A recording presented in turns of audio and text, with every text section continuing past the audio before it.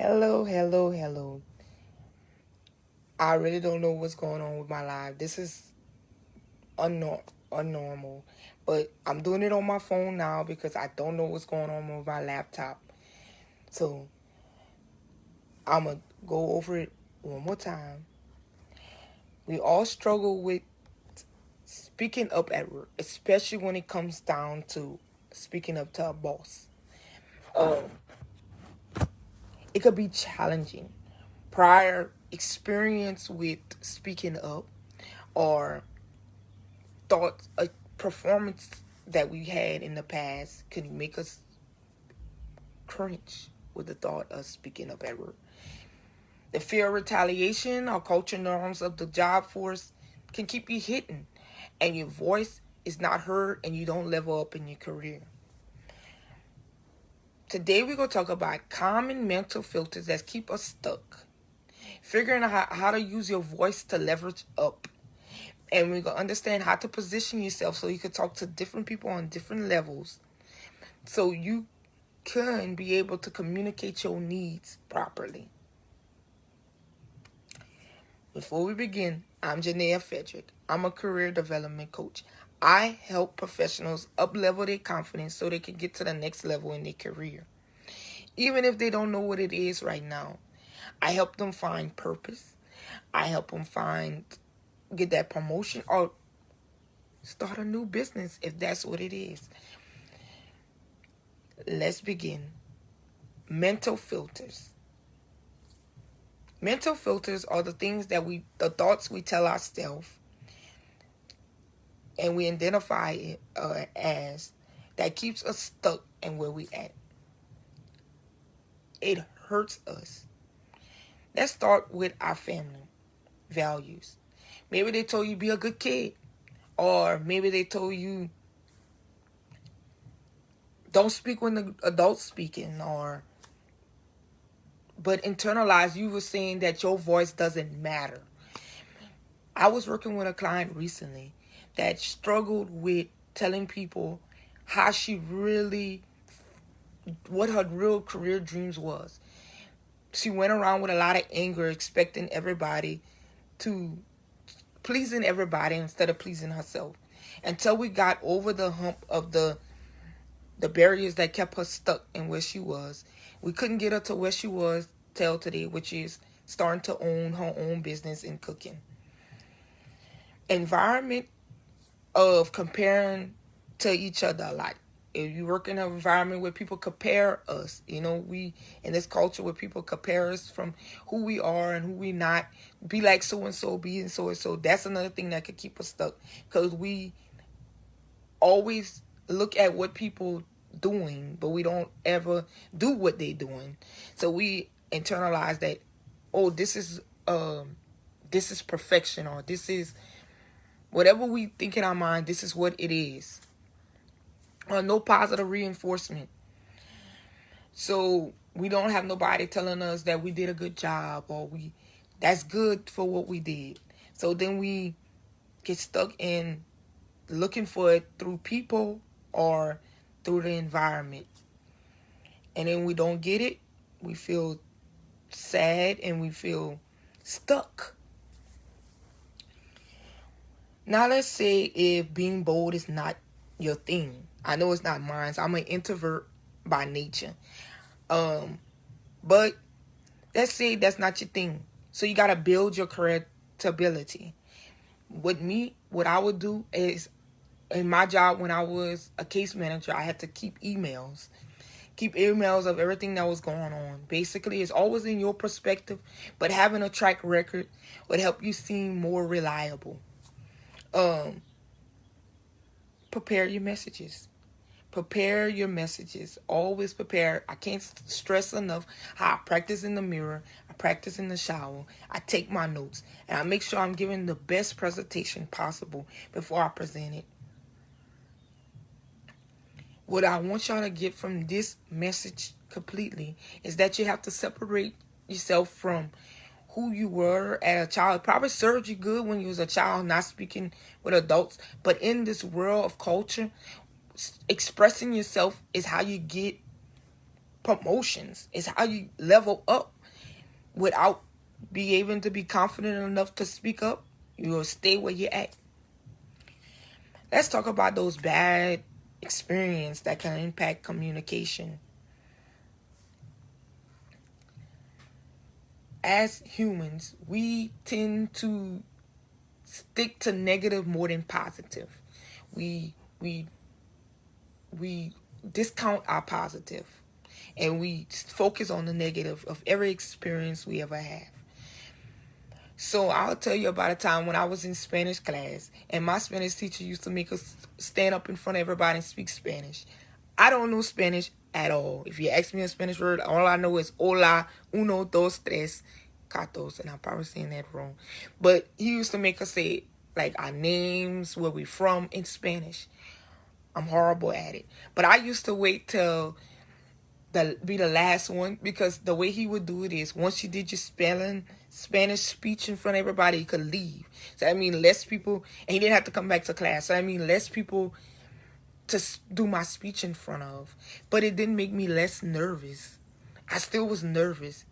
What I learned to do was remind myself this was an opportunity. Could have been corrective criticism. People could have told me what I was doing wrong, how I could have present myself, and everything. A new memory for today. Speeches is just a new opportunity. You could speak better, you could perform better, you could do better. You could know by the way you perform. Practice at home, practice. Keep your energy up. Doing speeches can bring your levels down. It can make you feel unangelic and everything, but balance it with your personality. Ask for feedback. It's good to ask people for their opinions. I ask y'all for your opinions, what I could do better. What can I say? What did you want to hear? What makes it better? Because that helps with you perfecting your skill. This is the one I really love. Figuring out how to use your voice to level up, to get what you want, get things done, or to make our needs known. You got to make sure the environment is warm and comfortable, if that's what it is.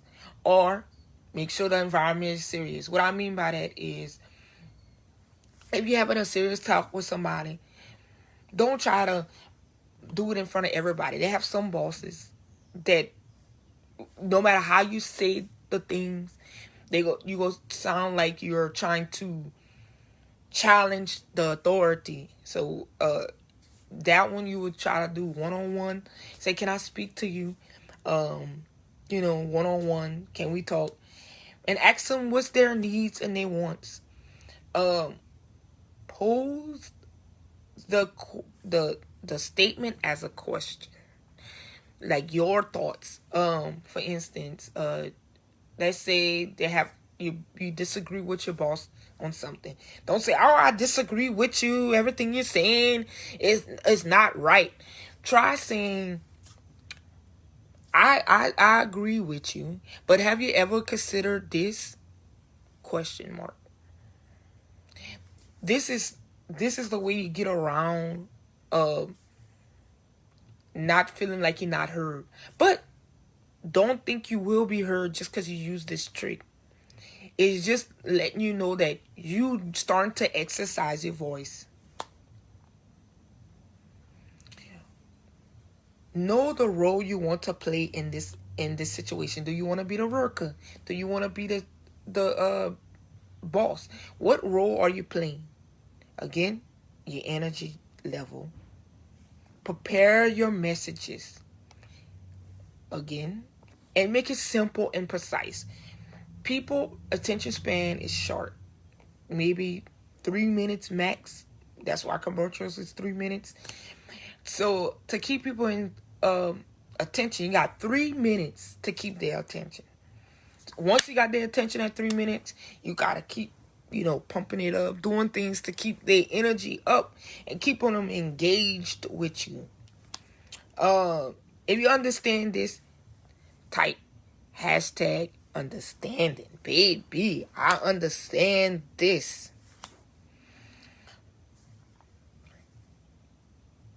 And learn to not accept validation after you share your ideas. When there's silence, it's just silence. You don't need to have nobody to cheer you on. You don't need that validation. Challenge yourself to say at least one thing. I challenge you. And I want you to comment below that I stood up for myself. I said one thing in a meeting that I felt I said, and don't matter if you was hurt or not, but at least challenge yourself to say one thing.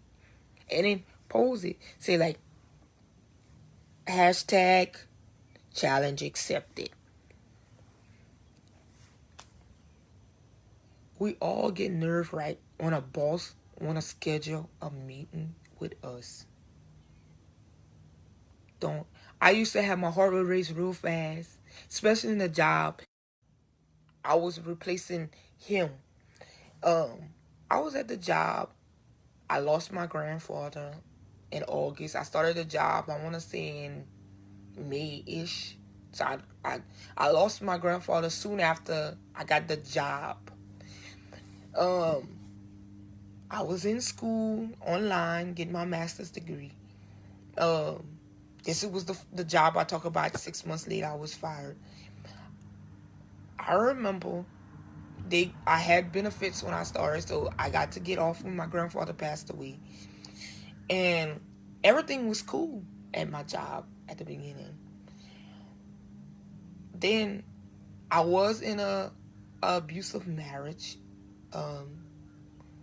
Some of that of my personal life did spill over in my work. What I mean by that is I was my car broke down, I remember. And I remember being honest with my supervisor about it. I came in a cab one day and he took me into the office with the big boss. I remember one time I told him my husband at the time had an interview. Can I leave? Instead of going to lunch at a certain time, can I go at a different time? He told me yes, and then when I came back, he took me to the office and said I didn't ask for permission to leave. I remember I was brought into the boss's office for that. I remember one time I asked a co-worker for how to navigate through the hours, how to do my hours. And he just happened to pass down the road when I asked him. And she said, oh, look, your supervisor right here. Ask him. I got pulled in the office for that, too. And he said, if you ever have a question, ask me. Don't ever ask somebody else because they don't know I'm your supervisor. But again, this was all in my perspective. At that time, I didn't speak up for myself. I was very introverted. I thought my work would speak for itself. And I remember one lady warned me. She was like, oh, watch out for him. And I was like, he's cool. He's a good manager. He's, this woman was just speaking out of the side of her neck. Because he was the perfect manager to me. But I found different when she left from beneath him. I'm suspecting that his ego got crushed and he didn't want another person to leave. So I was the next to newest on his case of client, like supervision, under him. So he started being very, very ignorant with me. I remember it was even to the point where I made too much spaces in my notes and he was calling me in the office. Oh, you put a space too much. Or I put my paper on my desk instead of putting it on his desk. It was a lot of, I was getting pulled in the office every week. So I knew eventually I was going to get fired. And I remember I decided to put on my good girl panties and I said, I'm going to go tell my boss what's going on, because he was off one day. He left the office. So I decided to go talk to the executive about what was going on. And when I went to go sit down with the executive, I told her about everything. And she was like, why you didn't say this in front of him? And I was like, I don't know. But real deep and down, I was afraid. I was afraid if I told him something, I was going to get fired. I was afraid if I spoke up. Yes, Miss Diane, micromanagement is horrible. I think it's because he became a supervisor and his ego just blew up, and he was just like, I wasn't really trained too much, but since I took over his caseload, every little thing I did wrong, it was like I was actually saying he was wrong in it. So when I went to the executive, she really didn't have my back. She was really kind of like, why you didn't say nothing in front of him? Why you chose now? Why you didn't say? But I knew I was on the verge of getting fired. But my back was against the wall. I felt afraid. I didn't know what to do. Really didn't know what to say. If I could get out of this situation. Every day I went to work, I was miserable. I didn't like my job. I didn't like what I was doing. And I just went to work with less and less hope. And it affected the way I perform at my job. Because I wasn't talking to anybody. I remember sitting at my desk and I wouldn't talk to anybody. And it was just like misery. And I was just waiting for the day they said, you're fired. Which it came eventually. I was slacking in the way I was I remember being tired all the time, because your body actually is affected also by the way your career is. It does take a toll on your body. I remember being so emotionally drained. I can't even, and I was saying to myself, this is what my life gonna be like all its life. I didn't know at the time I had a choice. I had a choice to choose what I wanted to be and what I wanted to say.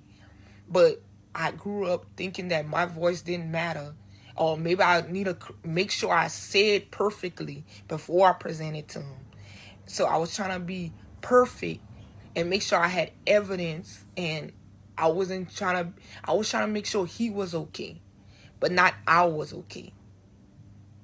So that was what was going on in my head. So I learned to keep emails. Like when we had transactions, it was emails. I didn't really like talking to him because everything I would say, it was always I was wrong. So I learned to keep emails. I offered solutions to the problem, but in a way that it wasn't I didn't make it look like it was my idea. I tried not to surprise him anymore. I always went up to him and asked him what was his point of view of this. And I used his name.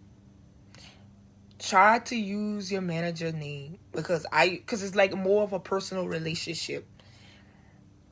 I still end up getting fired at that job.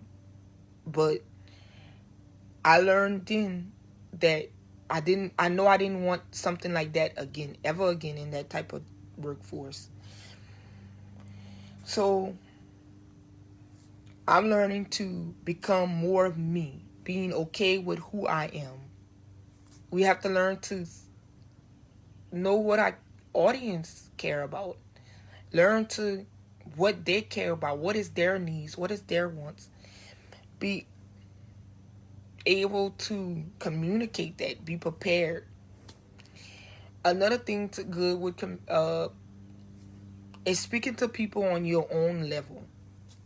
I speak to a lot of people that I feel like are very educated, very smart, they give me ideas, they talk to me, they understand, they challenge me. So it helps me go beyond, and it helps you learn how to speak to people if you saying something wrong or you doing it through your own filters. Again, when you're speaking to somebody that's higher than you, be prepared. Speaking on somebody that's on your level, they worried about trustworthiness. If you're talking to somebody a junior, less than you, or don't have the same information as you, they care about that vision. What's that vision you have for them? Conversation starters. Never be scared to talk to people. Ask smart questions. That means not yes or no. Not something they could say, how are you doing today? Fine. What you say next? Use powers that elicit emotion. Like, it seemed like you're sad today. Can you please tell me what's going on?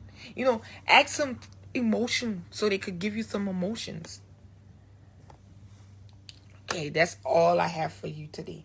But if you really want to learn how to conquer this, if you're not sure of what you want to do in your life, if you're tired of dragging your feet and want to find purpose again, enroll in my program, Professional Identity.